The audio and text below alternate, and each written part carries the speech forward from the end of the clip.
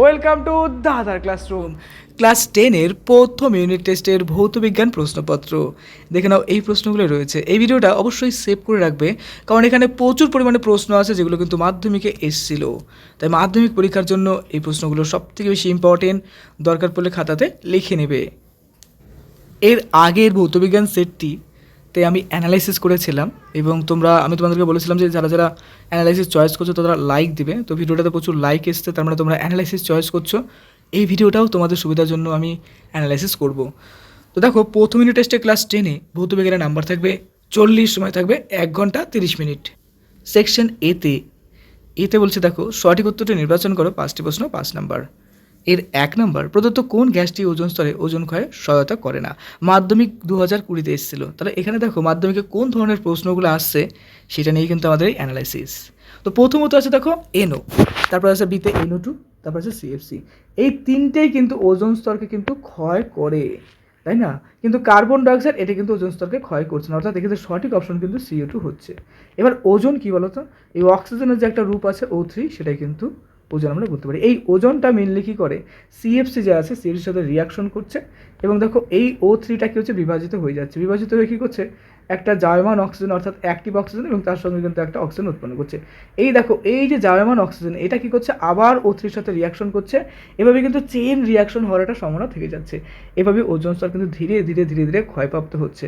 এবার ওজোন স্তরের ক্ষেত্রে কী হয়, দেখো সূর্য থেকে যে অতিবেগুনি রশ্মিটা আসে, এটা এই ওজোন স্তরের লেয়ার ভেদ করে কিন্তু পৃথিবীতে আসতে পারছে না।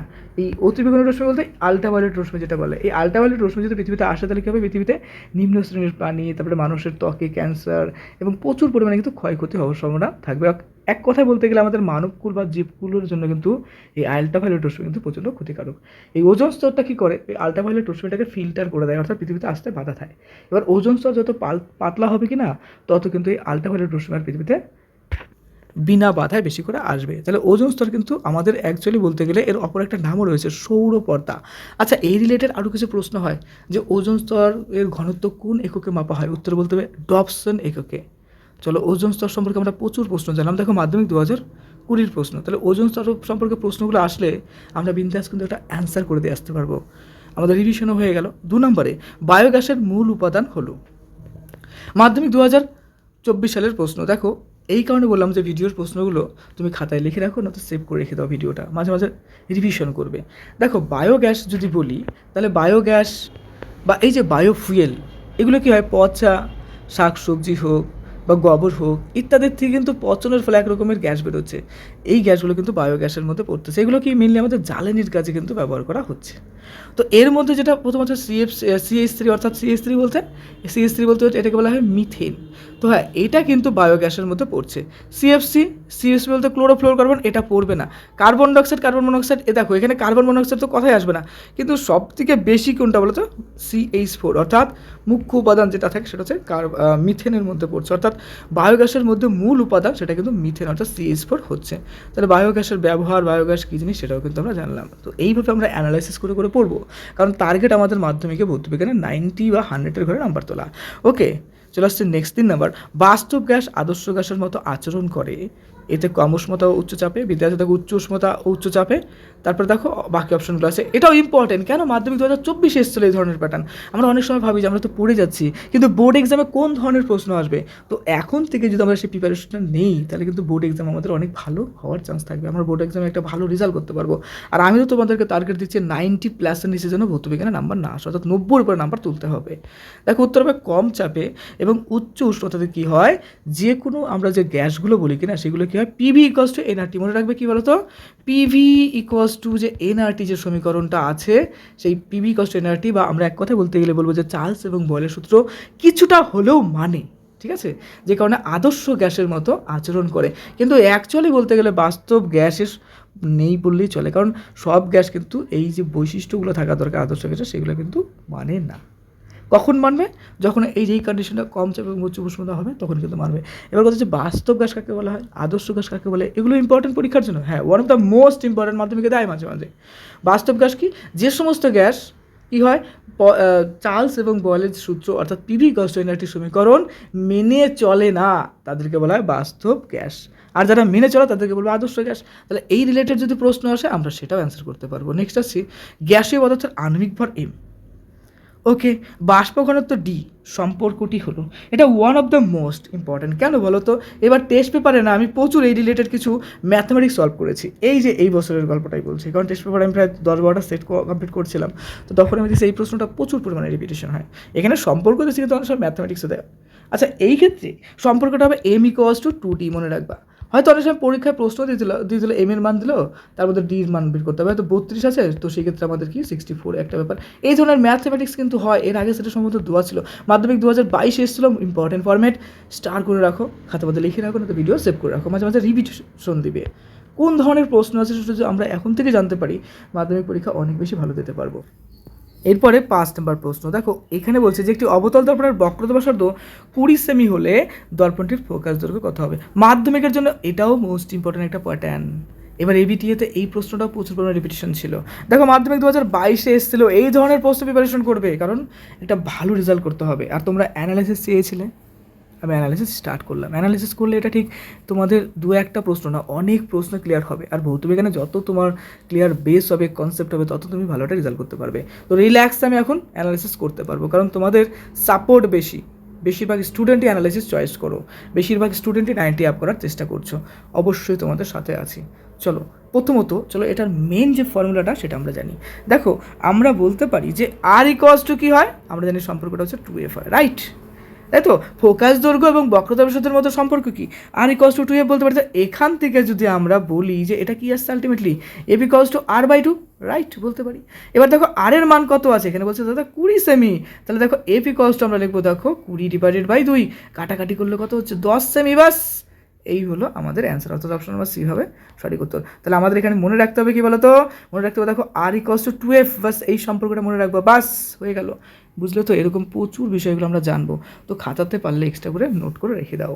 চলে আসছি পরের প্রশ্নতে, শূন্যস্থান পূরণ করো, লম্ব আপতনে আপতন কোণের মান কত হবে। খুব সুন্দর, ওয়ান অফ দ্য বেস্ট কোশ্চেনের কালেকশন হচ্ছে এটা। দেখো লম্ব আপতন কোণ, এই যদি আমরা একটা তল চিন্তা করি, লম্ব আপতন মানে কি, এইভাবে রশ্মিটা পড়ছে, আচ্ছা এইভাবে পড়লে এইভাবে বেরিয়ে যাবে, অর্থাৎ 90 ডিগ্রি অ্যাঙ্গেলে বলে 90 ডিগ্রি অ্যাঙ্গেলে বেরিয়ে যাচ্ছে, অর্থাৎ লম্ব আপতনের ক্ষেত্রে কিন্তু দেখো যে যেটা পড়ছে সেটাতে বেরিয়ে যাচ্ছে, তাহলে এই ক্ষেত্রে কিন্তু পরিমাণটা 0 ধরলে 0, তাই কি না, অর্থাৎ 0 ডিগ্রিতেই কিন্তু সেটা বেরিয়ে যাচ্ছে, তাহলে এই ক্ষেত্রে কোণের মানটা কত হবে 0 ডিগ্রি। Concept clear? অর্থাৎ আবার চলে বুঝি, দেখো এইভাবে পড়ছে এইভাবে বেরিয়ে যাচ্ছে, তাহলে কী হবে 0 ডিগ্রি হয়ে যাবে, বা সিম্পল কনসেপ্ট অ্যানালাইসিস করে পড়লাম, দেখো রেডি হয়ে গেলো, মুখস্থ কেন, অন্য কোনো কিছু করতে হবে না। আর ভৌতবিজ্ঞানে 90+ পাওয়া মানেই তোমাকে অ্যানালাইসিস করে পড়তে হবে, বুঝে বুঝে কনসেপচুয়াল রেডি করতে হবে, কারণ এখন ভৌতবিজ্ঞানে কিন্তু প্রচুর মানে কনসেপচুয়াল কোশ্চেন দিচ্ছে, কমন কিন্তু আসছে না, তার জন্য যত পরেও অ্যানালাইসিস করো। আমি একটা প্রশ্ন যত ওই রিলেটেড যত রকমের প্রশ্ন আছে সব বলবো।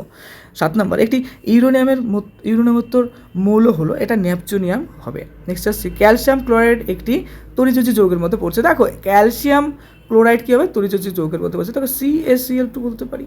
তো এই ক্ষেত্রে দেখো CaCl2 কিন্তু আলটিমেটলি Ca একটা পার্ট গেল, Cl বলে একটা পার্ট গেল।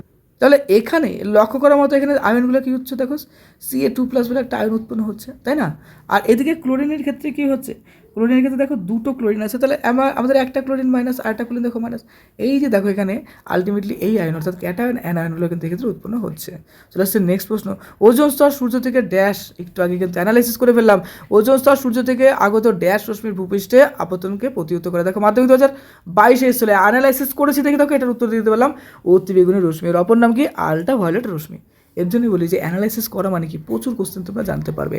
আর তোমরা কিন্তু সবাই লাইক করেছো মানে হয় আমি আরও বেশি অ্যানালাইসিস করবো, তার মানে তোমরা অ্যানালাইসিস চয়েস করো, এই ভিডিওতেও কিন্তু তোমরা প্রচুর পরিমাণে লাইক করবে, তাহলে ভৌতবিজ্ঞানের সবগুলো সেট আমরা অ্যানালাইসিস শিখবো।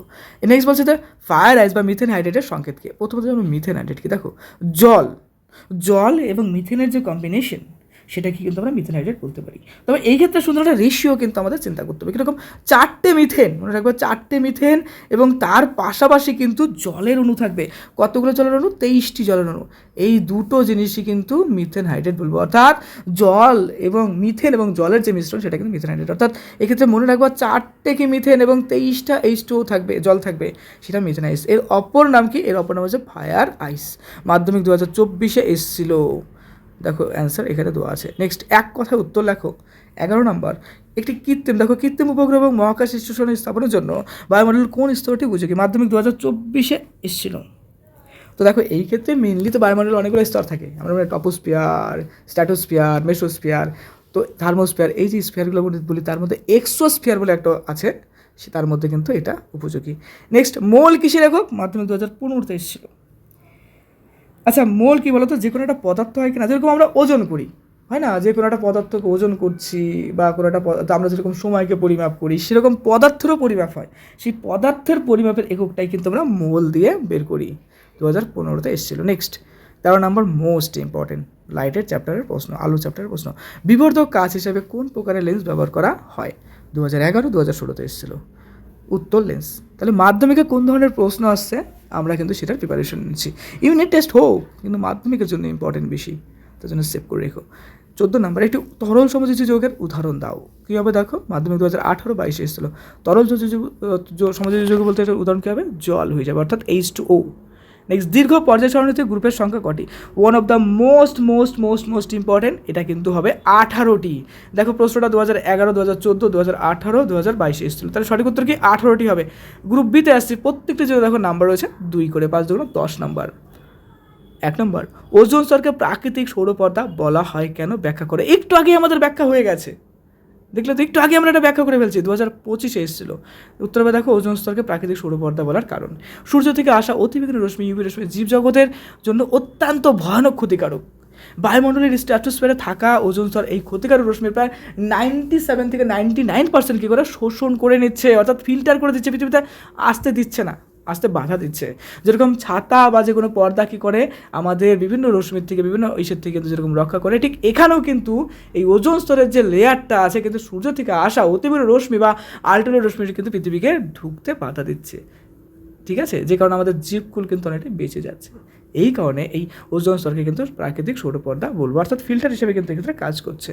চলে আসছে নেক্সট, অ্যাভোগাড্রো সূত্রটি লেখো। মাধ্যমিক 2025 এসছে, এটা তো 2025 আপডেট দিলাম।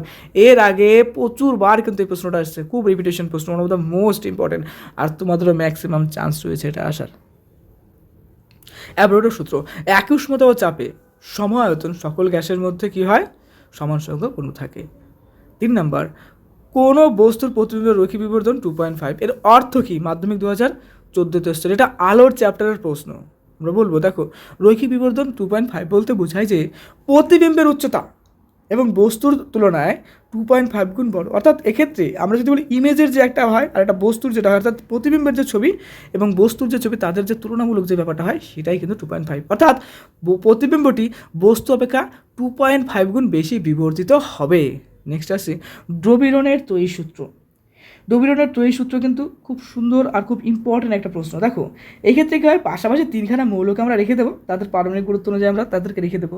রেখে দিলে হয় কি? দেখো তাদের কী হয়, যে কোনো দুটি মৌলর কী হয়, এই যে বিষয়টা হয় পর যে আমরা 3টে মৌল যদি রেখে দিই, তাহলে পরে ধরো এরকম, ধরো একটা মৌল, এরকম একটা মৌল, এরকম মৌল, তাহলে এই দুটোর গড়টাই কিন্তু মিডিলটাকে প্রিফার করবে, অর্থাৎ পাশাপাশি 3টে মৌলকে আমরা রেখে দিলাম, তাহলে কী হবে? মাঝেরটার যে গুরুত্বটা, পারমাণবিক গুরুত্বটা, সেটা কিন্তু এই দুটো, অর্থাৎ লাস্টেরটা এবং ফার্স্টেরটার কিন্তু গড় হবে। এক্ষেত্রে তুমি বলতে পারো দাদা উদাহরণ কী হতে পারে? যেরকম লিথিয়াম বলতে পারো, সোডিয়াম বলতে পারো, পটাশিয়াম বলতে পারো, এদের ক্ষেত্রে কিন্তু আমরা এই বিষয়টা বলতে পারি। চলো আমরা একটু ডিটেলস অ্যানালাইসিস তো করলাম, একটু ডিটেলস পড়ি। দেখো রাসায়নিকভাবে সদৃশ 3টি মৌলকে পারমাণবিক গুরুত্ব অনুযায়ী সাজালে মাঝের মৌলটির পারমাণবিক গুরুত্ব অন্য দুটি মৌলের পারমাণবিক গুরুত্বের প্রায় গড় হয়। যেরকম লিথিয়াম বলে দিল, সোডিয়াম বলে দিল এবং পটাশিয়াম একটি ত্রয়ীর মধ্যে পড়ছে। এখানে দেখো বলছে যে কে এর ওজনের গড় 7 + 7 + 39/2 = 23, যা সোডিয়ামের পারমাণবিক ওজনের সমান হয়। নেক্সট, লুইস ডটের অনুসারে বলছে যে সমযোজী বন্ধন কীভাবে গঠিত হয় একটি উদাহরণ দাও। লুইস ডট মাধ্যমিক খুব ইম্পর্টেন্ট, একটা কিন্তু দেয় 2 মার্কসের প্রশ্ন, ভালো করে প্রিপারেশন করবা। লুইসের ধারণা অনুসারে সমযোজী বন্ধন নিকটতম নিষ্ক্রিয় গ্যাসের মতো ইলেকট্রন বিন্যাস লাভের জন্য দুটি পরমাণু যখন এক বা একাধিক ইলেকট্রন জোড় গঠন করে, সেই জোড়কে আমরা ওই পরমাণুর সমানভাবে ব্যবহার করে যে রাসায়নিক বন্ধন তৈরি হয় তাকেই সমযোজী বন্ধন। দেখো যে কোনো পদার্থই কিন্তু স্ট্যাবিলিটি চাই, তাই না? এক্ষেত্রে উদাহরণ কী বলতে পারি? হাইড্রোজেন এবং গঠন দুটি হাইড্রোজেন পরমাণু, তাদের একটি করে ইলেকট্রন দিয়ে একটি কী বলছে ইলেকট্রন। আচ্ছা চলো কনসেপ্টটা বুঝি। দেখো হাইড্রোজেন, এই একটা হাইড্রোজেন, তাই না? এই দেখো এদের মধ্যে কিন্তু এই যে বন্ধন মাধ্যমে তারা যে একটা স্থায়ী জোড় গঠন করছে, সেটাই কিন্তু লুইস ডট ফর্মেশন করছে। চলে আসছে নেক্সট, নিচের প্রশ্নের উত্তর দাও। দেখো এখানে আছে দীর্ঘদৃষ্টি বা হাইপারমেট্রিক, এটা চোখজনিত প্রবলেম, এর প্রতিকারে কোন ধরনের লেন্স ব্যবহার করা হচ্ছে। দেখো দূরের বস্তু যদি আমরা স্পষ্ট দেখতে না পাই তাকে আমরা বলবো কি দীর্ঘদৃষ্টিজনিত প্রবলেম। কিন্তু কাছের কিন্তু না, দূরের জিনিস আমরা স্পষ্ট দেখবো। দাঁড়াও দূরের জিনিস হাইপারমেট্রোপিয়া বলছে, দীর্ঘদৃষ্টি তো হাইপারমেট্রোপিয়াতে কী বলছে যে দেখো দূরের জিনিস আমরা ক্লিয়ারলি দেখবো, কিন্তু কাছের জিনিস আমরা ঠিকমতো দেখতে পারবো না, ঝাপসা মনে হবে, তাকেই কিন্তু আমরা বলবো দীর্ঘদৃষ্টি বা হাইপারমেট্রোপিয়া। Concept clear? এক্ষেত্রে কী করবো, এই দুটি দূর করার জন্য উপযুক্ত ফোকাস দরকার, উত্তর লেন্স চশমা ব্যবহার করবো। আচ্ছা নেক্সট হচ্ছে পরম শূন্য উষ্ণতা কাকে বলে? যে উষ্ণতাতে কী হচ্ছে, যে উষ্ণতাতে কী হচ্ছে, যে কোনো পদার্থ অর্থাৎ যে কোনো গ্যাসীয় পদার্থের কী হয়ে যাচ্ছে, আয়তন কী হচ্ছে, শূন্য হয়ে যাচ্ছে, সেই উষ্ণতাকে বলবো কিন্তু তার পরম শূন্য উষ্ণতা। এর মান কত? এর মান বলছে -273°C। বাস এটা মনে রাখবা। চলে আসছি এই বিষয়টা গেল। একে পরম বলা হয় কেন? যেহেতু -273°C উষ্ণতায় যে কোনো গ্যাসের আয়তন শূন্য হয়ে যায়, তার জন্য একে পরম বলা হয়, মানে পরম শূন্য উষ্ণতা পরম বলা হয়। নেক্সট দুটোই ইম্পর্টেন্ট গেল।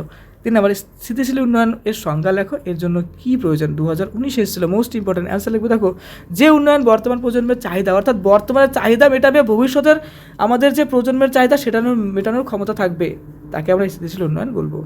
প্রয়োজনীয়তা কি? এর জন্য জীবাশ্ম জ্বালানির ব্যবহার কমিয়ে বিকল্প পুনর্নবীকরণযোগ্য শক্তি যেমন সৌরশক্তি, বায়ুশক্তি ব্যবহার করা এবং প্রাকৃতিক সম্পদের সঠিক ব্যবস্থাপনা প্রয়োজন দরকার রয়েছে, মানে যতটুকু দরকার ততটুকু ব্যবহার করবো এবং বাকিটা ভবিষ্যতের জন্য রেখে দেবো। নেক্সট, দীর্ঘ পর্যায় সারণীর শ্রেণী 16 প্রথম 3টি মৌল হলো, ও বলছে, এস বলছে, এসি বলছে, এদের পারমাণবিক ব্যাসার্ধের নিম্নক্রমে তড়িৎ-ঋণাত্মকতা ক্রম এবং আয়নাইজেশন শক্তির ক্রমে সাজাও। তো দেখো এই ক্ষেত্রে এই প্রশ্নটা ইম্পর্টেন্ট। এই ক্ষেত্রে দেখো পারমাণবিক ব্যাসার্ধ যদি বলি তাহলে সব থেকে বেশি কার হবে? এসি, তারপরে হবে এস, তারপরে হবে ও। তারপরে সব থেকে বেশি কী হবে? দেখো এসি হবে সব থেকে বেশি, তারপরে এটা গ্রেটার দ্যান কার, এটা কার থেকে বড়, এটা হচ্ছে এসের থেকে বড়, আর এটা হচ্ছে ওর থেকে বড়। এই একটা কন্ডিশন গেল। আবার বলছে যে তড়িৎ-ঋণাত্মকতা কী হবে? এই ক্ষেত্রে বলতে পারি যে এসি এটা কার থেকে ছোটো হবে? এসের থেকে ছোটো হবে, এবং এটা আবার ওর থেকে ছোটো হবে, যে পাওয়ার এক একটা তড়িৎ-ঋণাত্মকতা ধর্মে গেল। আয়নাইজেশনের ক্ষেত্রে বলবো যে না, আয়নাইজেশনের ক্ষেত্রে ও বড় হবে, ওর থেকে দেখো ও হচ্ছে কার থেকে বড় হবে? এসের থেকে, এস আবার কিন্তু এসির থেকে বড় হবে। এই গেল হচ্ছে আমাদের 3টা সিস্টেম। চলো দেখে নাও, এখানে করে দেওয়া আছে। ওকে, এটা মোস্ট ইম্পর্টেন্ট মধ্যে পড়ছে। নেক্সট আসছি পরেরটা 5 নাম্বার, সোডিয়াম ক্লোরাইড গলনাঙ্ক গ্লুকোজের গলনাঙ্ক থেকে অনেকটা বেশি কেন, ব্যাখ্যা করো। এক্ষেত্রে দেখো এটা তড়িৎযোজী যৌগের মধ্যে আমরা ফেলতে পারি, তো এখানে কী হয়, Na+ এবং Cl নেগেটিভ যে দুটো আয়ন রয়েছে সেই কারণেই হবে।